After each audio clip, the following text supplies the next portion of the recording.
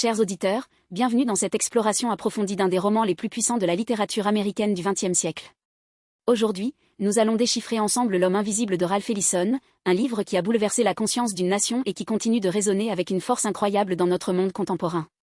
Ce n'est pas simplement un roman sur la condition noire en Amérique, c'est une méditation universelle sur l'identité, la visibilité et la quête désespérée d'être reconnu comme un être humain à part entière.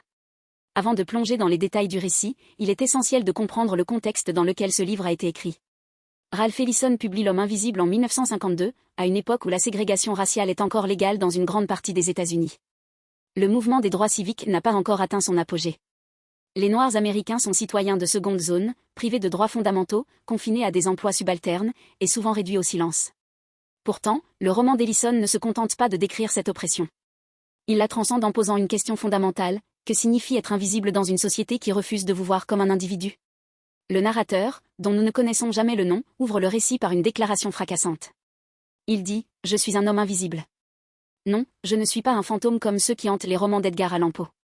Je suis un homme de chair et d'os, de fibres et de liquide, et on pourrait même dire que je possède une âme. Mais je suis invisible, comprenez bien, simplement parce que les gens refusent de me voir. » Cette phrase d'ouverture donne le ton de tout le roman. L'invisibilité n'est pas une condition métaphysique, c'est un refus social, un acte de violence symbolique perpétré par ceux qui détiennent le pouvoir de regarder et de ne pas voir. Le narrateur vit dans un sous-sol à Harlem, un espace qu'il a transformé en antre d'illumination. Il y a installé 1369 ampoules électriques, volées à la compagnie d'électricité, pour créer une lumière artificielle qui contraste avec l'obscurité de sa vie. Ce sous-sol est à la fois une prison et un sanctuaire.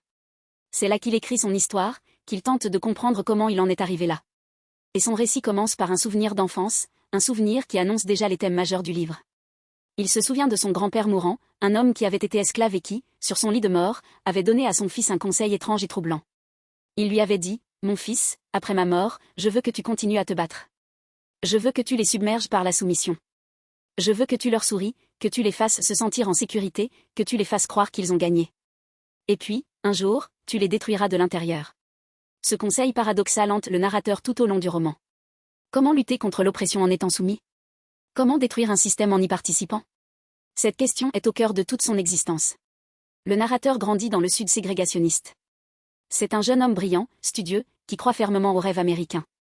Il pense que s'il travaille dur, s'il est obéissant et s'il fait preuve d'humilité, il pourra s'élever dans la société. Cette croyance naïve est mise à l'épreuve lors d'un épisode célèbre du roman, celui de la bataille royale. Le narrateur est invité à prononcer un discours devant les notables blancs de sa ville. Mais avant cela, on le force à participer à un combat brutal avec d'autres jeunes noirs, les yeux bandés, pour le divertissement des hommes blancs. C'est une scène d'une violence presque insoutenable, où l'humiliation et la douleur sont présentées comme un spectacle. Après le combat, le narrateur, ensanglanté et encore sous le choc, doit prononcer son discours. Il répète mécaniquement les paroles de Booker T. Washington, un leader noir célèbre pour son appel à l'accommodation et au travail acharné. Les hommes blancs l'écoutent en riant, en fumant, en crachant. Ils le récompensent en lui donnant une mallette en cuir qui contient une bourse d'études pour une université noire. Mais même cette récompense est teintée d'humiliation. Le narrateur reçoit la bourse au milieu de l'argent éparpillé sur un tapis électrifié, comme un animal dressé. Cet événement marque le début de son éducation à la réalité du monde. Le narrateur part donc pour l'université noire, un lieu qu'il idéalise comme un temple du savoir et de l'ascension sociale. Mais très vite, il découvre que l'université est elle-même un microcosme de l'oppression qu'il cherche à fuir. Le président de l'université, le Dr Bledsoe, est un homme noir qui a réussi en imitant les valeurs des Blancs, en étant plus soumis et plus manipulateur qu'eux. Il incarne cette trahison de la communauté noire par ses propres élites. Bledsoe est un personnage fascinant et terrifiant. Il dit au narrateur « Vous ne comprenez pas, mon garçon. Pour survivre, il faut se plier. Il faut dire ce qu'ils veulent entendre, faire ce qu'ils veulent voir. Et si vous ne le faites pas, vous serez écrasé. » Un incident va précipiter la chute du narrateur dans cette université. Il est chargé de conduire un visiteur blanc, un riche bienfaiteur nommé Monsieur Norton, à travers le campus. Norton est obsédé par l'idée de voir les véritables conséquences de l'oppression raciale.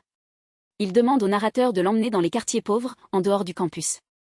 Là, il rencontre un homme noir ivre et violent nommé Trueblood, qui a commis l'inceste avec sa propre fille. Trueblood raconte son histoire avec une franchise brutale. Il dit qu'il n'est pas un mauvais homme, mais qu'il a été pris par une tentation qu'il n'a pas su contrôler. Monsieur Norton est à la fois horrifié et fasciné. Il voit en Trueblood une vérité qu'il ne peut pas regarder en face. Cette rencontre est un tournant. Le docteur Bledsoe, furieux que le narrateur ait exposé un bienfaiteur blanc à une réalité aussi sordide, l'expulse de l'université. Mais il ne le fait pas ouvertement. Il lui donne des lettres de recommandation scellées, en prétendant qu'elles l'aideront à trouver du travail à New York. Le narrateur, naïf, croit encore à la bonne foi de Bledsoe. Il part pour Harlem, le cœur rempli d'espoir, mais aussi de doute. C'est à ce moment que son éducation véritable commence. À New York, le narrateur découvre la vérité sur les lettres de Bledsoe. Elles ne sont pas des recommandations, mais des condamnations. Chaque lettre dit en substance, « Gardez cet homme loin de nous. Il est un danger. Ne lui donnez aucune chance. » Le narrateur est anéanti. Il réalise que le système qu'il a servi toute sa vie, le système de la soumission et de l'humilité, n'a jamais eu l'intention de le récompenser. Il a été trahi par les siens, par ceux qui auraient dû le soutenir. Cette trahison est peut-être plus douloureuse que l'oppression directe des Blancs. Le narrateur erre dans Harlem, désespéré et sans ressources. Il trouve finalement un emploi dans une usine de peinture, une entreprise qui fabrique une peinture blanche d'une blancheur parfaite, symbole de la pureté et de la domination blanche. Dans cette usine, le narrateur est chargé d'ajouter un ingrédient secret, un liquide noir, à la peinture blanche. Cette tâche est une métaphore puissante de la place des Noirs dans la société américaine. Ils sont invisibles, réduits à un ingrédient nécessaire mais nié, un élément qui doit être absorbé et effacé pour produire une blancheur immaculée. Le travail à l'usine est dangereux et déshumanisant. Un jour, une explosion se produit, et le narrateur est gravement blessé. Il est transporté à l'hôpital de l'usine, où les médecins le traitent comme un cobaye. Ils lui posent des questions absurdes sur son identité, le soumettent à des chocs électriques, et tentent de le lobotomiser. Cette scène est un cauchemar surréaliste. Le narrateur est réduit à un corps, à une chose, qu'on peut manipuler et modifier sans son consentement. Il perd toute notion de qui il est. Il devient littéralement un homme invisible, même pour la médecine. Après sa sortie de l'hôpital, le narrateur s'effondre dans la rue. Il est recueilli par une femme, Marie, qui lui offre un logement et une certaine chaleur humaine. Marie est une figure maternelle, mais aussi un symbole de la communauté noire ordinaire, celle qui continue de vivre et de lutter malgré tout. Chez Marie, le narrateur retrouve un peu de paix. Mais il est aussi confronté à un objet étrange, une figurine en fonte représentant un banjo, un stéréotype raciste du noir insouciant. Cette figurine le hante. Elle incarne l'image que la société blanche a de lui, une image qu'il doit briser. C'est à ce moment que le narrateur entre en contact avec une organisation mystérieuse, la Fraternité.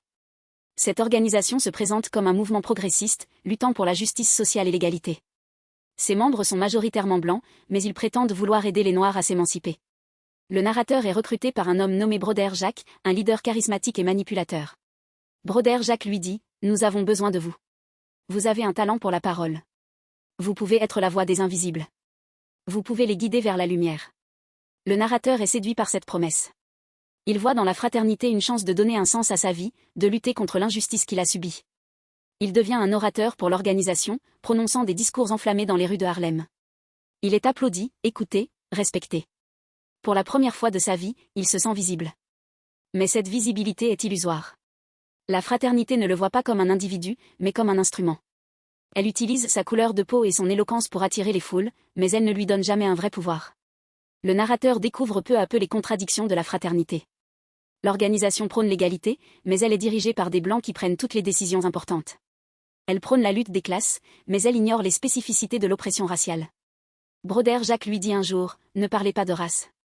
Parlez de classe. » La question raciale est une diversion. Le narrateur comprend alors que la fraternité veut le réduire à nouveau à l'invisibilité. Elle veut qu'il soit un noir qui parle comme un blanc, qui oublie sa propre histoire et sa propre souffrance. Parallèlement à son engagement politique, le narrateur vit une histoire d'amour complexe avec une femme blanche nommée Sybil. Sybil est une militante de la fraternité, mais elle est aussi attirée par le narrateur d'une manière malsaine. Elle le voit comme un exotique, une expérience sexuelle. Elle lui demande de la violer, pour réaliser un fantasme raciste. Le narrateur est dégoûté par cette demande, mais aussi par sa propre faiblesse. Il réalise qu'il est prisonnier des désirs et des projections des autres, qu'il n'est jamais lui-même. Le point culminant du roman est l'émeute de Harlem. La fraternité, qui prétendait lutter pour la justice, manipule les foules pour provoquer une explosion de violence. Le narrateur est pris dans cette tempête.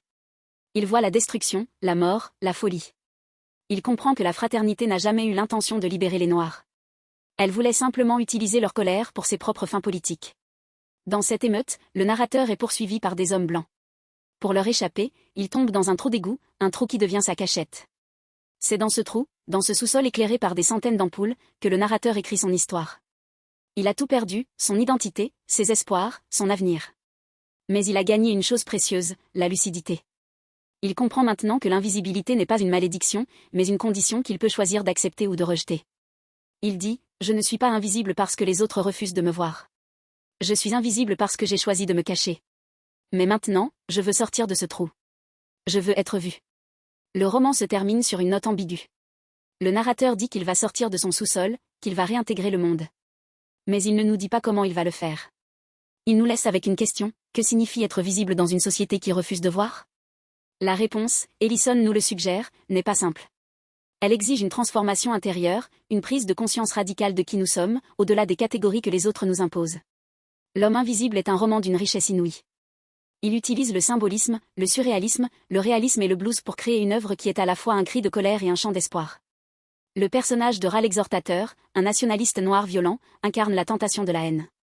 Le personnage de Todd Clifton, un jeune noir brillant qui finit par vendre des poupées racistes dans la rue, incarne la défaite de l'esprit. Chaque personnage est une facette de la condition noire, une possibilité de réponse à l'oppression. Le style d'Ellison est prodigieux. Il mêle le langage de la rue, le jargon politique, la poésie et la musique. Les dialogues sont vifs, les descriptions sont puissantes, les métaphores sont frappantes. Par exemple, la scène où le narrateur mange un morceau de yam, une patate douce, est une ode à la nourriture comme mémoire et comme identité.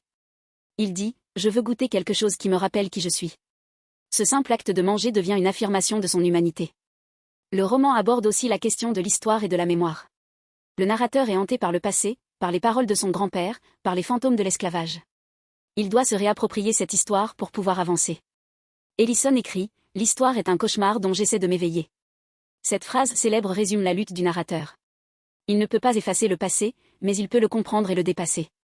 L'invisibilité du narrateur n'est pas seulement une métaphore du racisme. C'est aussi une métaphore de l'aliénation moderne. Dans une société de masse, où les individus sont réduits à des statistiques, à des consommateurs, à des électeurs, nous sommes tous, d'une certaine manière, invisibles. Nous luttons tous pour être reconnus dans notre singularité. C'est pourquoi ce roman, bien qu'enraciné dans l'expérience noire américaine, parle à tout le monde. Ralph Ellison a mis 7 ans pour écrire ce roman. Il a dit qu'il voulait créer une œuvre qui soit à la fois un témoignage et une œuvre d'art. Il a réussi au-delà de toute mesure.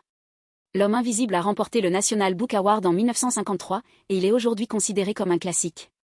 Mais il reste un livre subversif, un livre qui dérange, un livre qui nous oblige à regarder en face les injustices du monde et les contradictions de notre propre cœur. En conclusion, ce que ce roman nous enseigne, c'est que la vraie lutte n'est pas seulement contre l'oppression extérieure, mais aussi contre l'oppression intérieure. Le narrateur doit apprendre à se voir lui-même avant de pouvoir être vu par les autres. Il doit accepter sa propre complexité, ses contradictions, sa vulnérabilité.